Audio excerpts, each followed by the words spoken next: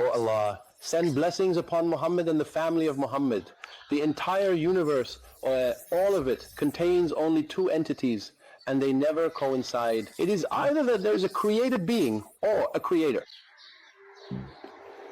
A sign of a created being is that, among the signs of a created being, is that it is always in need. One of the characteristics of a created being is that it is needy.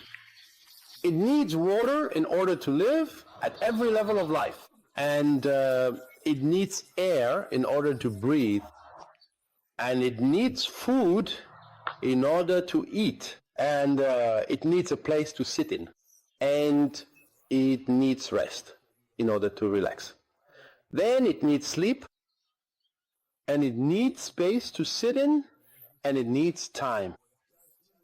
Usually every created being needs time, and the created being needs others. Just as a child needs his mother, a husband needs his wife, a wife her husband, a friend needs a friend, a child needs parents. Always the created being is in need, human or otherwise. It needs others, and it needs its faculties. It needs ears, it needs eyes. And it needs the nose, the tongue, taste, and the hand. Meaning, it needs the five senses, and even more than that. And it needs the body, it needs a physical form. You can't find a created being that doesn't have a body. Every created being, among the signs of these matters, the elder says, every created being needs a body. And the created being needs others of its kind, except for the angels. And the created being needs its own kind to fulfill its desires. Then, in order to reproduce, it needs a place, meaning a house or a home, so that it can settle in it and find security. And it needs a spouse, and it needs a friend. Then it needs life. It needs sound, and it needs. There is no end. So one of the signs of a created being is that it always needs its very existence, essentially depends on needing this type that needs, it must have been created by a creator, the creator. The making of a created being, whether human, plant, animal, or anything else, is simply proof of its existence, that is, proof of God's existence. And among the signs of the creator is that the creator does not need anything. These things I mentioned, these matters, are just examples that we discussed. Listen to them more than once. With God, you understand everything. One of the signs of a created being is that it always needs, one of the signs of the Creator is that He does not need anything. The Creator made the created beings in a state of need so that their dependence on Him would serve as evidence for His existence. And the Creator does not need anything we have mentioned, nor does He need anything that might come to a person's mind. No matter how thoughtful that person is, he does not need it. In fact, he does not need anything that could possibly exist, even in the future. And if the Creator were to need a sign or anything of the things I mentioned, then He would be in need. He would be poor.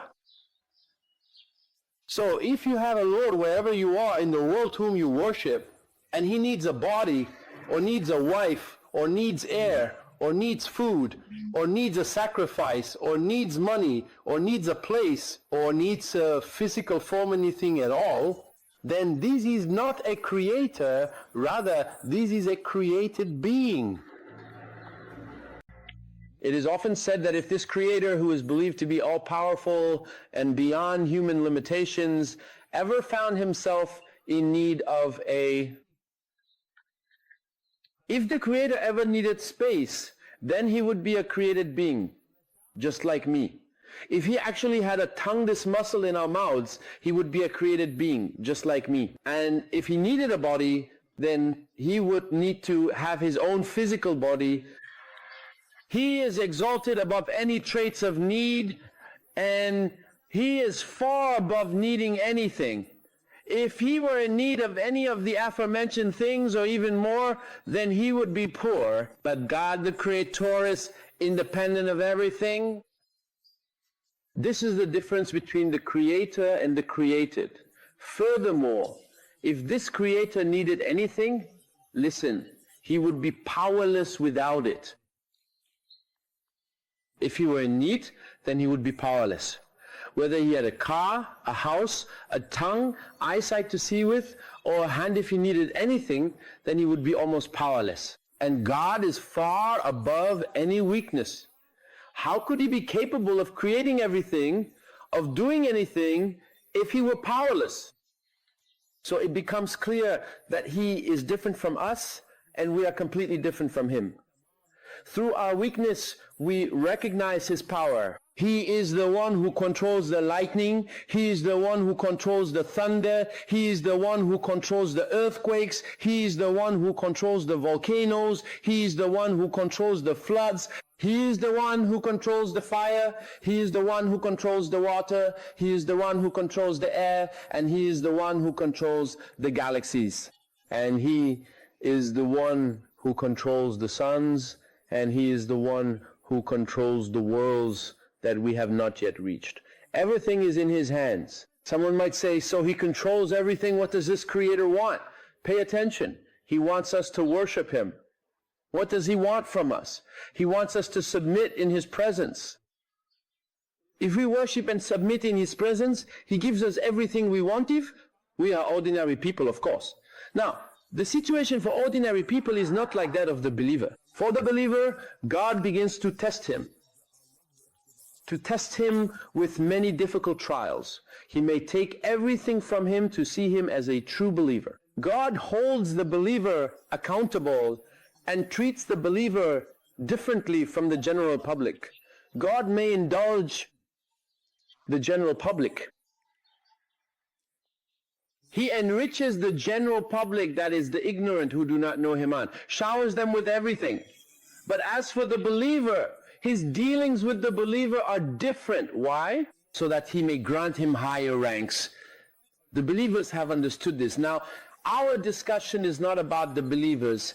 Our discussion is with people who do not know or worship God. Someone might say, pay attention with me. Someone might say, who says there is a creator?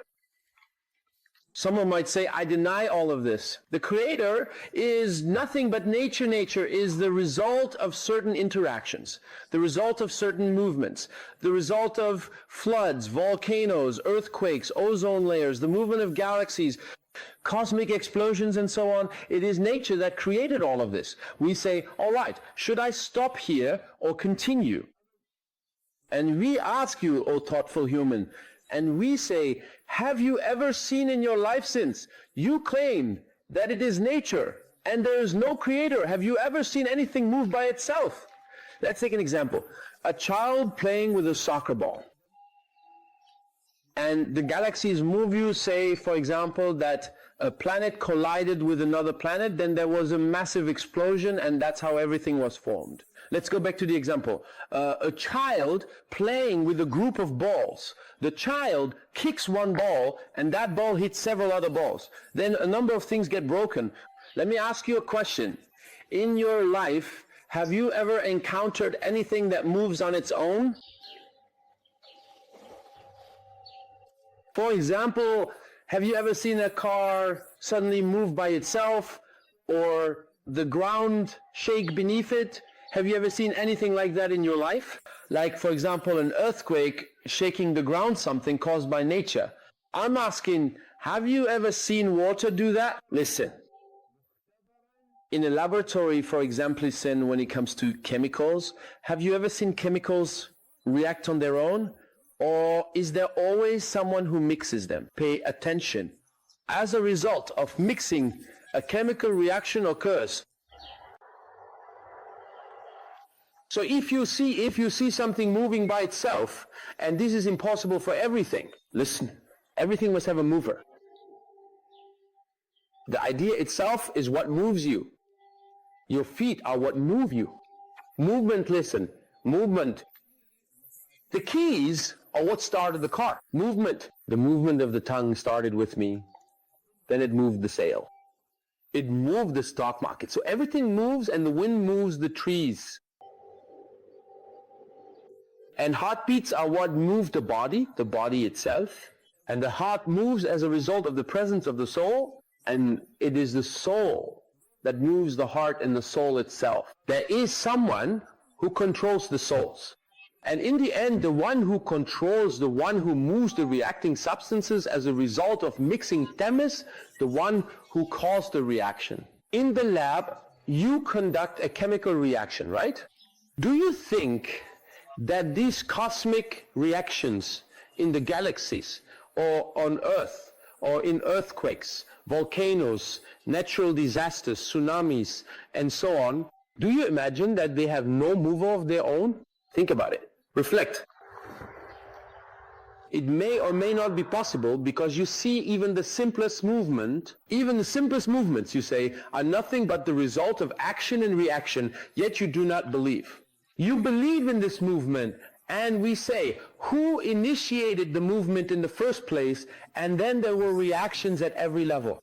So nature which you claim is merely movement is actually the result of a set of agents acting upon nature. That is the agent of nature. Listen to the strong, powerful, controlling, and rich man. We must submit to his presence, otherwise someone will say, I am being stubborn. I am not subject to his ban. I say, you will submit whether you like it or not. To whom? To the earthquake, one day, or you will submit to the flood, whether you like it or not, or you will submit to the landslides that happen in many countries like Japan or elsewhere. Or you will submit to many other things. If the air were withheld from you, you would submit and humble yourself before the reality of losing air, right? Or you would submit as a result of losing access to water and start pleading. So one way or another, you will submit either because of hunger or because of torture. Well, if by your very nature you are weak and prone to submission, let's set aside your denial, you will submit one day. So shouldn't you submit without having to admit it? Shouldn't you? At that point, it becomes clear that people are of two types. One type believes and accepts the truth, and for them is paradise like Abel. Or someone stubbornly denies even the clearest truths, the simplest truths. What does that person get? Cardamom. Go to hell? In hell, he will believe. And in any case, whether the one who enters paradise or the one who enters the fire, in the end, what about everyone? They are all submissive to his presence. Believers in him, worshippers of him. From this, we understand that this creator is wise. What does wise mean? It means his grip over his servants is firm whether they believe or deny. Whether they believed in him and thanked and worshipped him, or denied and disbelieved in him. In all cases, they will one day believe in him, whether after being tormented in the fire or in this world, pleading to him and praying to him with the prayer he truly deserves, exalted and sublime. From these words, it is understood that we are all weak creatures in need of a creator. And this creator is the one who fulfills all that we desire, grants us our wishes and needs, strengthens us in all things, and makes us masters of this world. Where from? From where? In time and place. Wherever and whenever we may be. But only if we worship him as he truly deserves. Because we believe or will believe that we will ultimately return to him. At the end of this talk, we ask Allah to grant us success in attaining his pleasure and worshiping him. And to guide us to walk as he wills by the right of Muhammad and the family of Muhammad. O Allah, send blessings upon Muhammad and the family of Muhammad. And Al-Fatiha to the noble soul of Lady Narjis, preceded by blessings upon Muhammad and his family. To Lady Narjis, mother of Imam al-Mahdi, we dedicate to her the reward of Surah Al-Fatiha, preceded by blessings upon Muhammad and his family. O Allah, send blessings upon Muhammad and his family.